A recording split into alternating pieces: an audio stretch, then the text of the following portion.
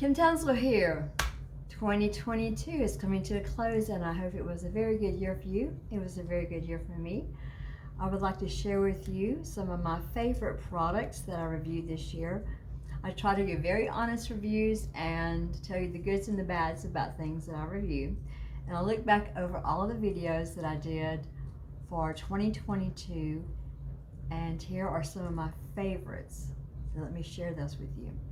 In this video, I'll be sharing 7 of the best items that I reviewed in 2022 for personal health and beauty.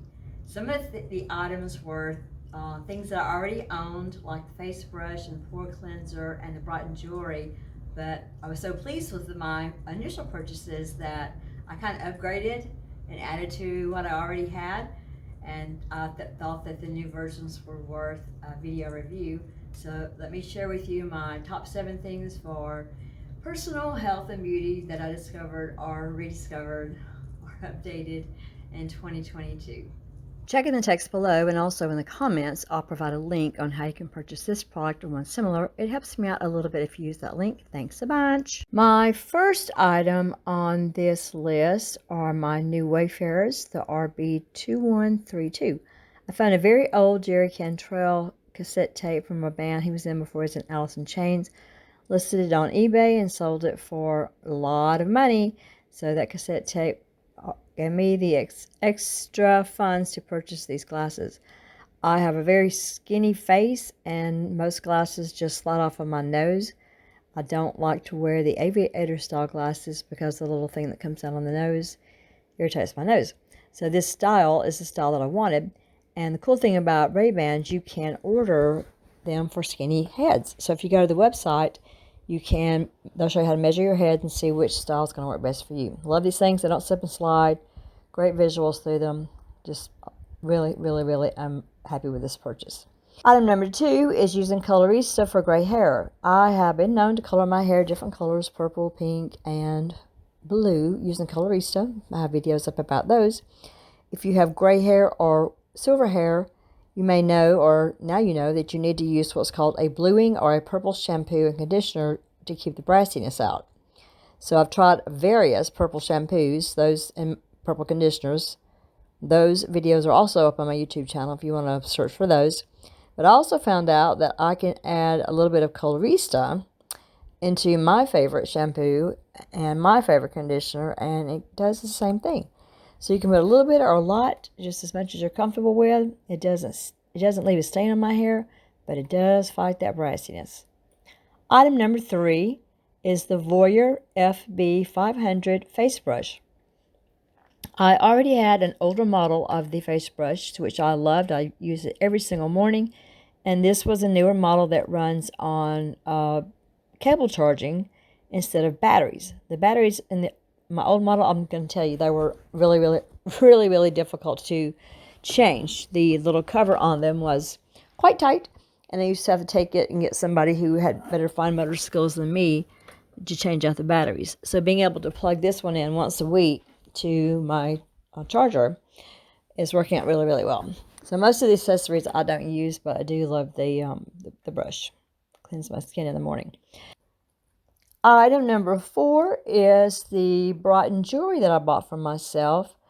I'm planning on retiring in about 3.5 years or so, and I purchased myself a new lanyard for my new name card because my old name card had faded out, I think due to all of the sanitizers and whatnot that we had going on during the COVID years. I buy myself jewelry very often.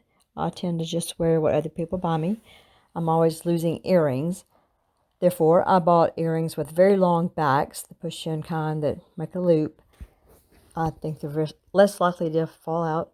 I also bought a pair of earrings that have a closed loop because, again, less likely to fall out. I fully enjoyed my purchases from Brighton, and I'm very happy to be styling a little bit. My next product, number 5, is a Voyor pore cleaner.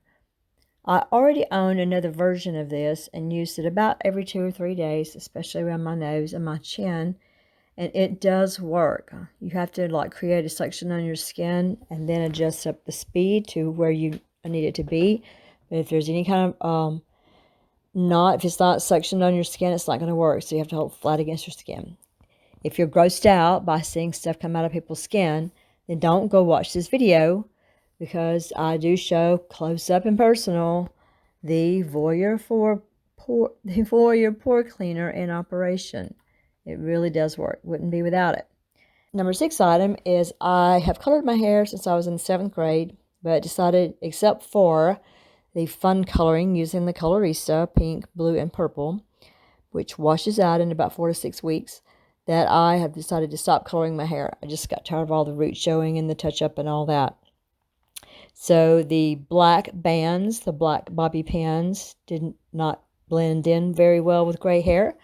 I got online and found out that they do indeed make gray bobby pins, and they do indeed make gray hair ties. I also bought some of these little clear elastics just to have some fun with pulling some hair back in places where it won't behave. My final item on this list is a Philips Epilator. I have another Epilator from another company, and it does work, but it does not work as well as the Philips Epilator. In this case, pay a little bit more money for the Philips Epilator. You will be way more satisfied. The main reason I use the Epilator is to control the hair on the back of my neck. I hardly ever have to shave my legs because I'll just use the Epilator like maybe once a week. And while it doesn't remove all the hair, in the wintertime it's going to remove enough so that I'm not looking shaggy or anything. And in the summertime I shave my legs like maybe a couple of times a week. But what the Epilator does, it pulls out most of the hairs, and when they grow back in, they're softer, so you don't get that ragged, jagged stubble that you do when you're shaving. So on the back of my neck, my hairline is very low down on the back of my neck. I don't like the way that it looks. It curls and kinks and frizzes up. I have shaved it off before, but then it all grows back at the same time. It's stubbly. It looks like it has been shaven. And I wondered if the Epilator would give me a more natural look of pulling out most of the hairs and letting them grow back in a little bit softer, not quite so stubbly. And they do. You just have to be careful not to yank out the hair that you want to stay in. Does it hurt? Yeah, it hurts a little bit. You have to get used to the pain, but it doesn't hurt on my legs or my arms at all. Worth the money to buy the Philips. Thanks for watching my video about my top favorite selected reviews and products for 2022. Remember, it's free to give the video a thumbs up. It's free to leave a comment. It's free to subscribe to my channel, or it's free to subscribe to a playlist that suits your interests. And I hope you come back. If you have time before you go, watch another video. And until we meet again, let's just help each other share the good things and the bad things so that we can improve our quality of life. Thanks a bunch, and I hope that 2023 is even better than 2022 for us. See you next time. Bye.